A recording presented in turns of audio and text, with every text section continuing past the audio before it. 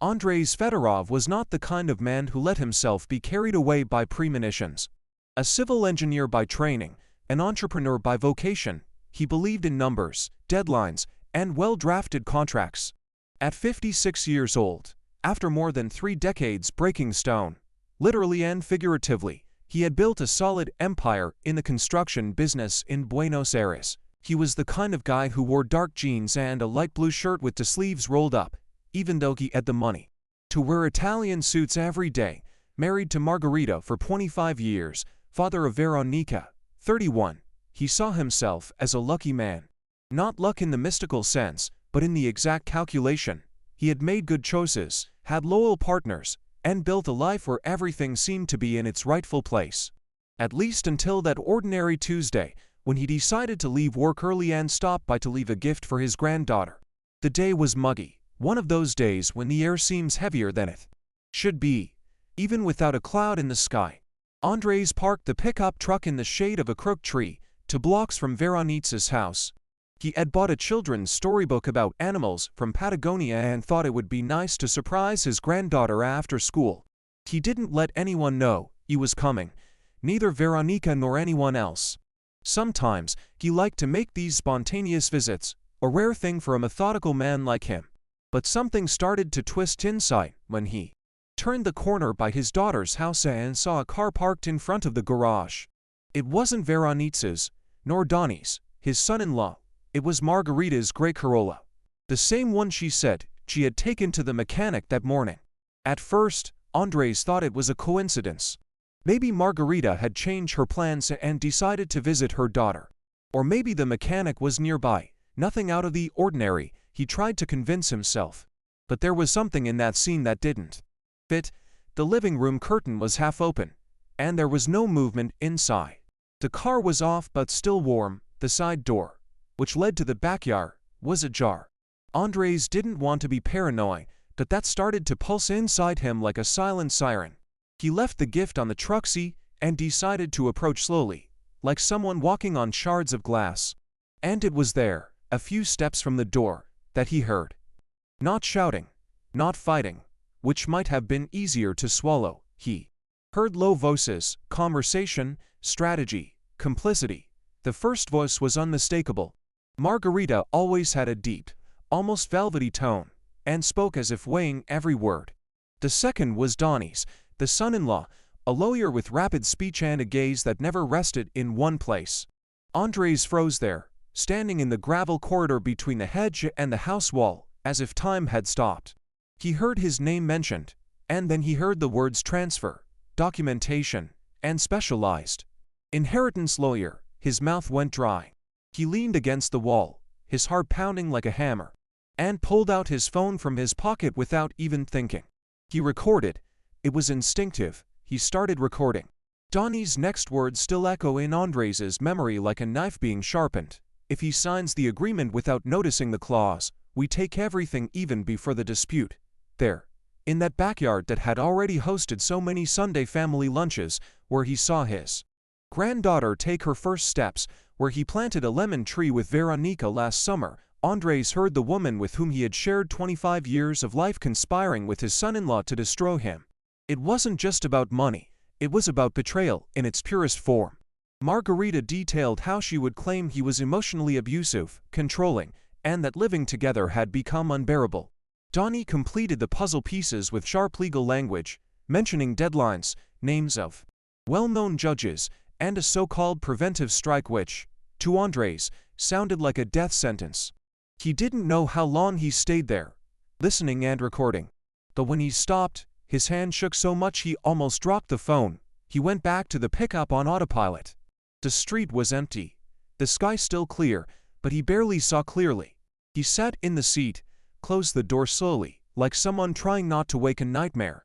He didn't start the engine, he just stayed there, both hands on the wheel, staring ahead and feeling the weight of it all settle in his stomach. The phone still trembled in his hand, and he gripped the device so hard it seemed he wanted to crush the voices of the two. He didn't cry, he didn't scream, but he felt like vomiting. It wasn't just a shock. It was the absurd feeling that he was in a parallel universe, as if the life he knew had turned into a theater. And he The only one who didn't know he was just a character. He stayed still for more than 20 minutes, trying to process. His mind buzzed. He remembered once, years ago, when he almost went bankrupt trusting a partner who was skimming money on the side. He remembered the pain he felt back then, but also how he got out of it alone, by grit, without making a scene. Andres was like that. He didn't explode, he strategized. And in that moment, even amid emotional chaos, something began to reorganize inside him. He thought of his granddaughter, thought of Veronica, and everything he had built with his own hands over the years. "They won't bring me down," he murmured, almost a whisper, as he unlocked his phone and saved the audio into different places. Then he started the car and left without looking in the rearview mirror. He didn't go straight home.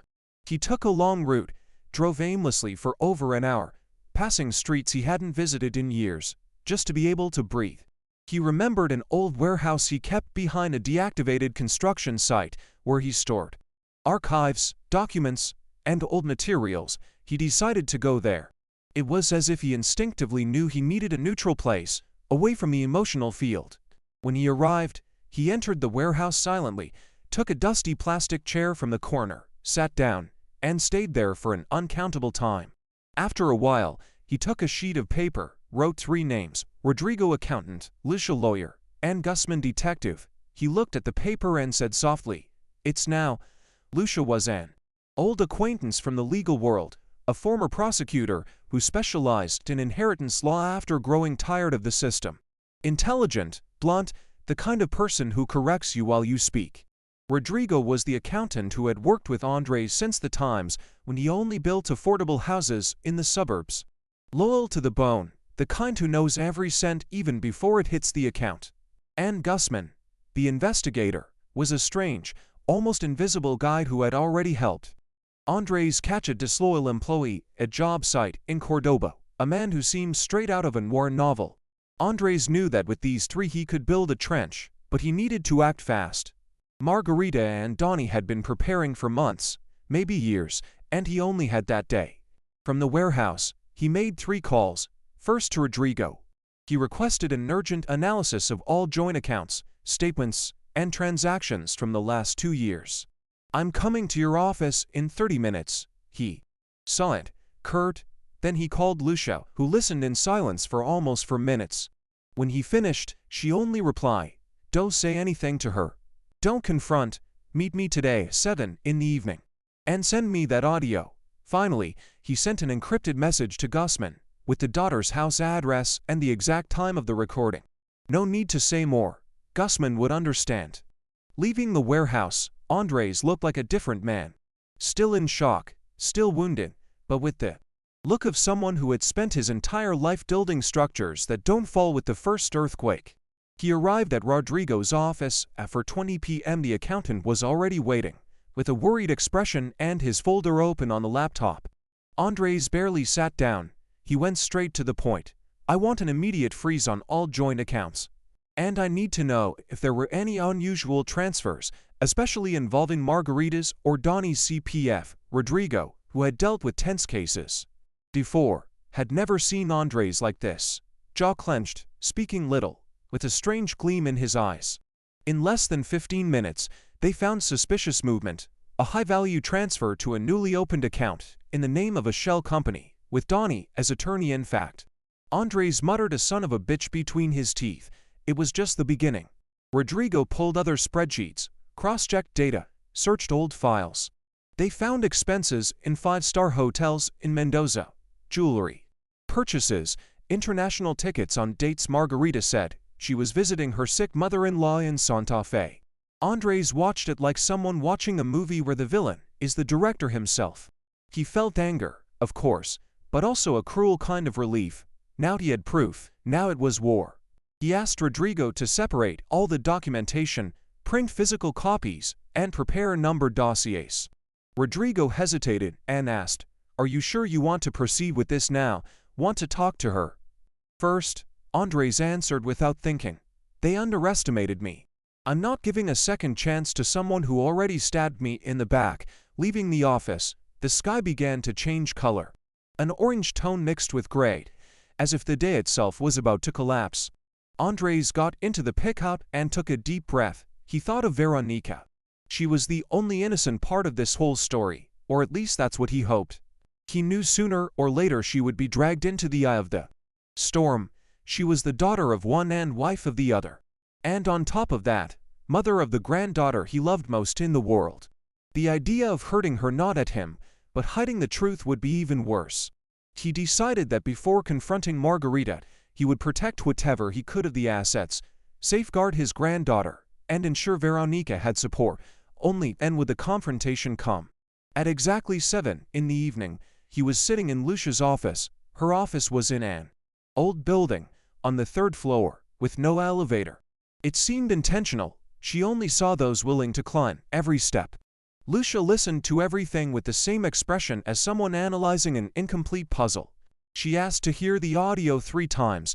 Then, she opened a bottle of white wine, poured 2 glasses, but didn't drink herself. Andres, this is war ammunition, but it's also poison. If you're going to use it, you have to use it right. He nodded silently. She began to outline the plan. Move preventive legal actions, freeze assets held jointly, coordinate a cross-complaint based on the evidence, but first of all, absolute secrecy.